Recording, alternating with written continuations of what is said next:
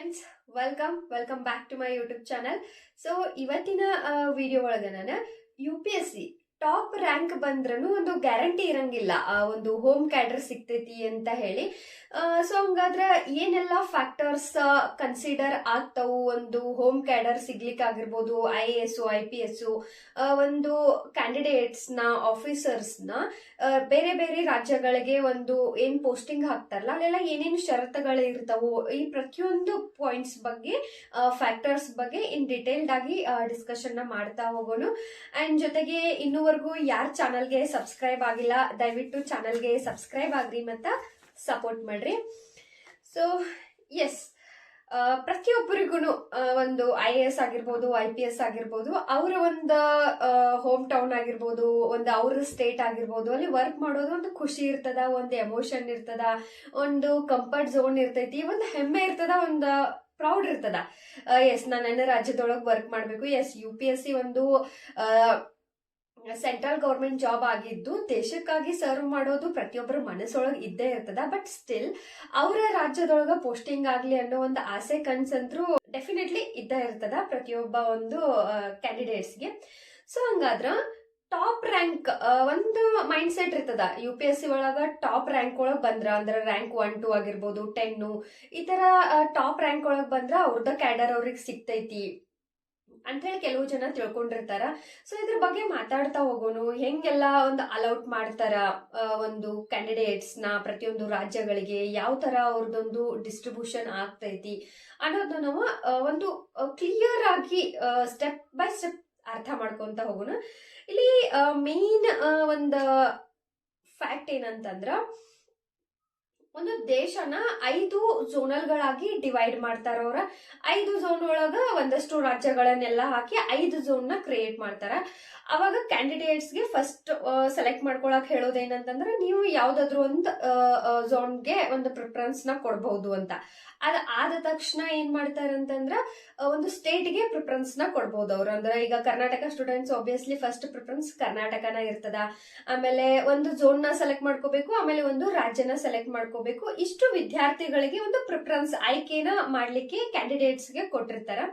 Okay, ಅದಾದ್ಮೇಲೆ ಹೆಂಗ್ ಅಲೌಟ್ ಆಗ್ತಾರು ಅಂತ ನೋಡೋದಾತಂದ್ರ, ಪ್ರತಿ ರಾಜ್ಯಗಳು ಆ ಒಂದು ವರ್ಷಕ್ಕ ಎಷ್ಟು ವೇಕೆನ್ಸಿ ಅದಾವು, ಅವರ ಒಂದು ರಾಜ್ಯದಿಂದ ಎಷ್ಟು ವೇಕೆನ್ಸಿ ಅದಾವು, ಅದ್ರೊಳಗ ಕೋಟಾ ವೈಸ್ ಕ್ಯಾಟಗರಿ ವೈಸ್ ಆಗಿರ್ಬೋದು, ಇನ್ಸೈಡರ್ ಔಟ್ಸೈಡರ್ ಈ ತರ ಒಂದಷ್ಟು ಲೀಸ್ಟ್ ನ ರಿಲೀಸ್ ಮಾಡ್ತದ.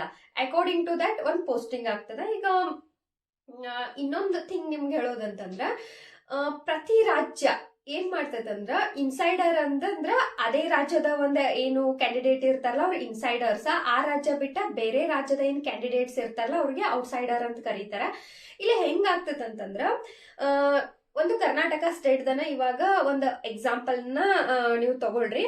5 ವೇಕೆನ್ಸಿ ಅದಾವ ಅನ್ಕೊಳ್ಳೋಣ. 5 ವೇಕೆನ್ಸಿ ಇದ್ದಾಗ ಅವರು ಇನ್ಸೈಡರ್ಸ್ಗೆ ಬರೀ 1 ಪೋಸ್ಟ್ ಅಷ್ಟ ಕೊಡ್ತಾರು, ಅಂಡ್ ಔಟ್ಸೈಡರ್ಸ್ಗೆ 4 ಪೋಸ್ಟ್ ಗಳನ್ನ ರಿಸರ್ವ್ ಮಾಡಿರ್ತಾರ. ಅವರೊಂದು ಕೋಟಾ ಏನ್ ರಿಲೀಸ್ ಮಾಡಿರ್ತಾರಲ್ಲ ಅದ್ರೊಳಗ ಪ್ರತಿಯೊಂದು ರಾಜ್ಯಗಳು ಏನ್ ಮಾಡ್ತಾವಂದ್ರ 16% ಅಷ್ಟ ಇನ್ಸೈಡರ್ಗೆ, ಆ ಒಂದು ರಾಜ್ಯದವರಿಗೆ ಒಂದು ಕೋಟಾ ಒಳಗ ಮೀಸಲಾತಿ ಕೊಡ್ತಾರ. ಅಂಡ್ ರಿಮೈನಿಂಗ್ ಏನಿತ್ಲ ಬೇರೆ ರಾಜ್ಯಗಳ ಒಂದು ಕ್ಯಾಂಡಿಡೇಟ್ಸ್ ಗನ ಅವಕಾಶ ಇರ್ತದ. ಸೊ ಹಿಂಗಾಗಿ ಹೋಮ್ ಕ್ಯಾಡರ್ ಸಿಗೋದು ಏನಕ್ಕಿತ್ಲ ಬಹಳ ಕಷ್ಟ ಐತಿ.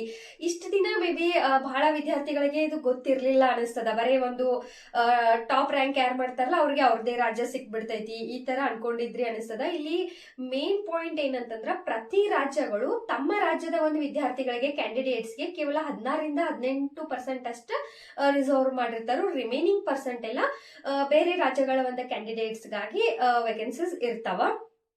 ಐ ಹೋಪ್ ಇದು ಕ್ಲಿಯರ್ ಆತ ಅನ್ಕೋತೀನಿ. ಇನ್ನ ಕ್ಯಾಡರ್ ಅಲೋಕೇಶನ್ ಪಾಲಿಸಿ 2017 ಪ್ರಕಾರ ಒಂದು ಫಸ್ಟ್ 5 ಝೋನಲ್ಗಳನ್ನ ಮಾಡ್ತಾರೋ, ಅದಾದ್ಮೇಲೆ ರಾಜ್ಯಗಳನ್ನ ಸೆಲೆಕ್ಟ್ ಮಾಡ್ಕೊಳ್ಳಿಕ್ಕೆ ಪ್ರಿಫರೆನ್ಸ್ ನ ಕೊಡ್ತಾರೋ, ಅದಾದ್ಮೇಲೆ ಹಂಗಾದ್ರೆ ರ್ಯಾಂಕ್ ಇಂಪಾರ್ಟೆಂಟ್ ಐತೇನಾ ಅಂತ ಹೇಳಿ ಒಂದು ಪಾಯಿಂಟ್ ಬರ್ತದೆ. ಎಸ್, ಡೆಫಿನೆಟ್ಲಿ ಟಾಪ್ ರ್ಯಾಂಕಿಂಗ್ ಒಳಗ್ ಇದ್ದು ಅವರು ಒಂದು ಕ್ಯಾಸ್ಟ್, ಇವಾಗ ಜನರಲ್ ಕೆಟಗರಿಗೆ ಇಷ್ಟು ಪೋಸ್ಟ್ ಗಳು ಅದಾವು ಅಂಡ್ OBCಗೆ ಇಷ್ಟ ಅದಾವು, ಈ ತರ ಒಂದು ಕೆಟಗರಿ ವೈಸ್ ಏನ್ ಕೋಟಾ ಇರ್ತೈತಲ್ಲ ಅದು ಇಂಪಾರ್ಟೆಂಟ್ ಆಗ್ತದೆ. ಇವಾಗ ನೀವು ರ್ಯಾಂಕ್ 1 ಬಂದಿರ್ತೀರಿ, UPSC ಆಲ್ ಇಂಡಿಯಾ ರ್ಯಾಂಕ್ 1 ಬಂದಿರ್ತೀರಿ, ಬಟ್ ಜನರಲ್ ಕೆಟಗರಿ ಇರ್ತೀರಿ ಅನ್ಕೊಳ್ಳೋಣ. ಕರ್ನಾಟಕ ರಾಜ್ಯದೊಳಗ ಜನರಲ್ ಕೆಟಗರಿಗೆ ಇನ್ಸೈಡರ್ಗೆ ಪೋಸ್ಟ್ ಇಲ್ಲ. ಅವಾಗ ಅಲ್ಲಿ OBC ಇತ್ತು ಅಥವಾ SC ST ಇತ್ತು ಅಂದಾಗ ನೀವು UPSC ಆಲ್ ಇಂಡಿಯಾ ರ್ಯಾಂಕ್ 1 ತಗೊಂಡ್ರು ಕೂಡ ನಿಮ್ಗಲ್ಲಿ ಒಂದು ಕರ್ನಾಟಕ ಒಂದು ಹೋಮ್ ಕ್ಯಾಡರ್ ಸಿಗಂಗಿಲ್ಲ. ಅಗೇನ್ ಇಲ್ಲಿ ಕನ್ಫ್ಯೂಷನ್ ಮಾಡ್ಕೊಳಿಕ್ ಹೋಗ್ಬೇಡ್ರಿ, ಬರೀ ಜನರಲ್ ಕ್ಯಾಟಗರೀಸ್ ಇರೋದ್ರಿಂದ ನನಗ ಸಿಕ್ಕಿಲ್ಲ ಆತರ ಏನಿಲ್ಲ. ವರ್ಷದಿಂದ ವರ್ಷ ಪ್ರತಿಯೊಂದು ಕ್ಯಾಸ್ಟ್ ಬೇಸ್ ಮೇಲೆ ಯಾವ ತರ ಒಂದು ಇವಾಗ ನಮಗ್ ಬೇರೆ ಒಂದಷ್ಟು PDO ಆಗಿರ್ಬೋದು KS ಎಲ್ಲ ಒಂದು ರಿಲೀಸ್ ಮಾಡ್ತಾರಲ್ಲ ಅದೇ ತರ ಒಂದು ಪ್ರತಿಯೊಂದು ಸ್ಟೇಟ್ಗಳು ರಿಲೀಸ್ ಮಾಡ್ತಾವ. ಈಗ ಸಂಭವ್ ಒಂದು OBC ಕ್ಯಾಂಡಿಡೇಟ್ ಅನ್ನ ಅನ್ಕೊಡ್ರಿ, ಅವ್ರು ಆಲ್ ಇಂಡಿಯಾ ರ್ಯಾಂಕ್ 1 ಬಂದಿರ್ತಾರ, ಬಟ್ ಆ ಸ್ಟೇಟ್ ಒಳಗ OBCಗೆ ಪೋಸ್ಟ್ ಇಲ್ಲ ಅಂದಾಗ ಅವ್ರಿಗೂ ಕೂಡ ಹೋಮ್ ಕ್ಯಾಡರ್ ಸಿಗಂಗಿಲ್ಲ. ಈ ತರ ಮೇನ್ ಇಲ್ಲಿ ಒಂದು ಏನು ಹೋಮ್ ಕ್ಯಾಡರ್ ಸಿಗ್ಬೇಕಂದಾಗ ಫಸ್ಟ್ ಪಾಯಿಂಟ್ ರ್ಯಾಂಕ್ ಇಂಪಾರ್ಟೆಂಟ್ ಆಗ್ತದ. ಸೆಕೆಂಡ್ ಪಾಯಿಂಟ್ ಏನಂದ್ರ ನಿಮ್ಮ ಒಂದು ಹೋಮ್ ಸ್ಟೇಟ್ ಒಳಗ ವೇಕೆನ್ಸೀಸ್ ಇರಬೇಕು. ಥರ್ಡ್ ಏನಂತಂದ್ರ ಕೆಟಗರಿ ಆಲ್ಸೋ ಇಂಪಾರ್ಟೆಂಟ್. ಸೊ ನಿಮ್ಮ ಕೆಟಗರಿ ಒಳಗ ಅಲ್ಲಿ ಕೋಟಾ ಒಳಗ ವೇಕೆನ್ಸೀಸ್ ಇರಬೇಕು ಅಂದ್ರ ಅಷ್ಟನ್ನ ನಿಮ್ಗ ಒಂದು ಹೋಮ್ ಕ್ಯಾಡರ್ ಸಿಗ್ತದ ವಿನಃ ಬರೀ ಟಾಪ್ ರ್ಯಾಂಕ್ ಒಳಗ್ ಬರೋದ್ರಿಂದ ಅಷ್ಟನ್ನ ಒಂದು ಹೋಮ್ ಕ್ಯಾಡರ್ ಸಿಗಂಗಿಲ್ಲ. ಹೋಮ್ ಕ್ಯಾಡರ್ ಬಗ್ಗೆ ಆಗಾಗ ಕ್ವಶನ್ಸ್ ಗಳ ಕಮೆಂಟ್ ಒಳಗ್ ಬರ್ತಿರ್ತಾವ, ಹಿಂಗಾಗಿ ಈ ಒಂದು ಟಾಪಿಕ್ ನ ಇವತ್ತು ಎತ್ಕೊಂಡಿದ್ದು. ಇನ್ನ IAS ಅದೊಂದು ಟ್ರೈನಿಂಗ್ ಲಬಾಸ್ನ ಒಳಗೆ ಏನೋ ಒಂದು ಟ್ರೈನಿಂಗ್ ನಡೀತಿರ್ತಲ್ಲ, ಆಲ್ಮೋಸ್ಟ್ ನಾ ಆಗಾಗ ರಿಪೀಟ್ ಮಾಡಿರ್ತೇನೆ.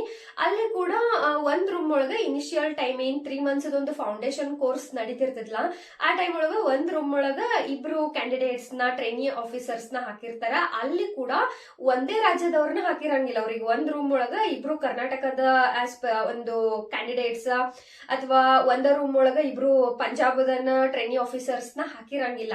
ಯಾಕಂದ್ರ ಅವ್ರು ಕಂಫರ್ಟ್ ಝೋನ್ ಒಳಗ್ ಬರ್ತಾರ, ಅದಾಗಬಾರ್ದು. ಬೇರೆ ಬೇರೆ ರಾಜ್ಯಗಳು ಬಂದಾಗ ಅವರು ಅಡ್ಜಸ್ಟ್ ಆಗ್ತಾರಿಲ್ಲೋ, ಹೊಂದಾಣಿಕೆಗಳಾಗಿರ್ಬಹುದು, ಅದನ್ನೆಲ್ಲ ಅವರು ಟ್ರೈನಿಂಗ್ ಫೇಸ್ ಇಂದ ಒಂದು ಕ್ಯಾಂಡಿಡೇಟ್ಸ್ಗೆ IAS ಟ್ರೈನಿ ಆಫೀಸರ್ಸ್ಗೆ ಕಲಿಸ್ತಾರ. ಯಾಕಂದ್ರ ಅವರ ಮೇನ್ ಇಂಟೆನ್ಷನ್ ಏನಂತಂದ್ರ ಈ ಒಂದು IAS ಆಗಿರ್ಬೋದು IPS ಆಗಿರ್ಬೋದು ಆಫೀಸರ್ಸ್ ದೇಶದ ಯಾವುದೇ ಭಾಗದೊಳಗ ಅವ್ರನ್ನ ಪೋಸ್ಟಿಂಗ್ ಮಾಡಿದ್ರೂ ಅವರು ಅಲ್ಲಿ ಒಂದು ಒಳ್ಳೆಯ ರೀತಿಯಿಂದ ಕೆಲಸ ಮಾಡೋ ಒಂದು ಕ್ಷಮತೆಯನ್ನ ಅವ್ರಿಗೆ ಕಲಿಸ್ಬೇಕಾಗಿರ್ತದ. ಹಿಂಗಾಗಿ ಡ್ಯೂರಿಂಗ್ ಟ್ರೈನಿಂಗ್ ಎಲ್ಲಾ ಪ್ರೊಸೆಸ್ ಸ್ಟಾರ್ಟ್ ಇರ್ತಾವ.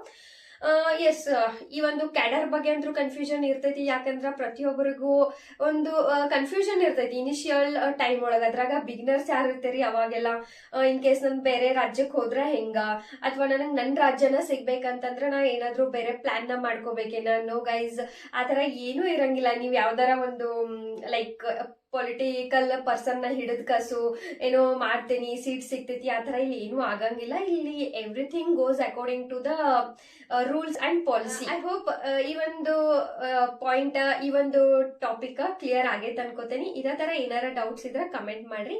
ನೆಕ್ಸ್ಟ್ ವಿಡಿಯೋ ಸಿಗೋಣ. Thank you.